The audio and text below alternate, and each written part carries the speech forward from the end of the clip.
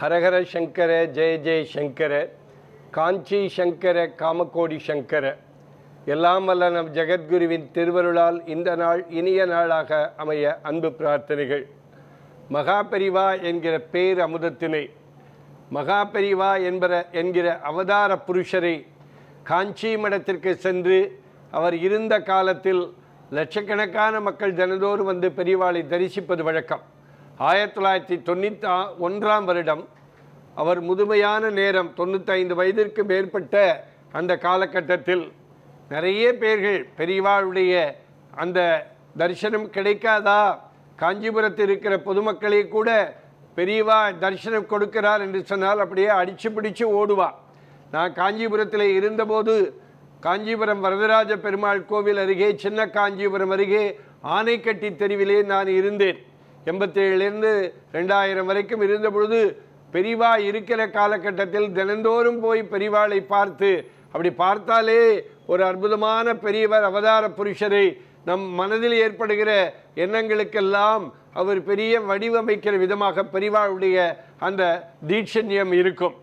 ஒரு முறை வயதான காலத்தில் பெரியவா இருந்த பொழுது சென்னையை சேர்ந்த வைதேகி மற்றும் நாராயணன் என்கிற தம்பதியினர் பெரியவாளை தன்னுடைய கை குழந்தையோடு பார்க்க போகின்றார்கள்.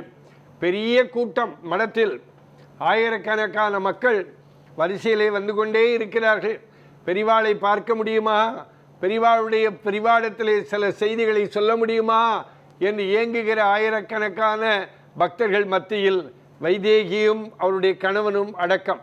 இப்படியே பெரிய கூட்டம், பெரியவா நம்மளை பார்ப்பாரா என்கிற விதமாக அவர்களுக்கு ஒரு சந்தோஷம். பெரியவா தான் நம்மளை பார்க்கவில்லை, நாமே பெரியவாளை பார்த்து விட்டோம், அவருடைய அந்த தீட்சண்யம் நம்மேல் விழுந்து விட்டது, அதுவே போதுமானது என்று நினைத்து கொண்டிருந்த பொழுது அந்த தம்பதியர் இருவரும் கொஞ்சம் தள்ளி வந்து கொண்டிருந்த போது திடீரென்று மடத்து அன்பர் ஒருத்தர் பக்கத்திலே வந்து, உங்களை பெரியவா கூப்பிடுறார் அப்படின்னு சொன்ன உடனே, இவாளுக்கு இவ்வளோ பெரிய கூட்டத்தில் மகா பெரியவா எங்களை கூப்பிடுகிறார்களா, தன் கை குழந்தையோடு வந்திருக்கிற எங்களை பெரியவா கூப்பிடுகிறாரா என்று சந்தோஷ உணர்வோடு அந்த 2 பேரும் பெரியவா பக்கத்தில் போய் நிற்கிறார்கள். நின்று சாஷ்டாங்கமாக கீழே விழுந்து நமஸ்காரம் பண்ணி, இந்த குழந்தை நிதர்சனா என்கிற குழந்தை, இது யார் குழந்தை என்று கேட்ட உடனே எங்கள் குழந்தை என்று சொன்ன உடனே பெரியவா கைதூக்கி ஆசீர்வாதம் செய்கிறார்.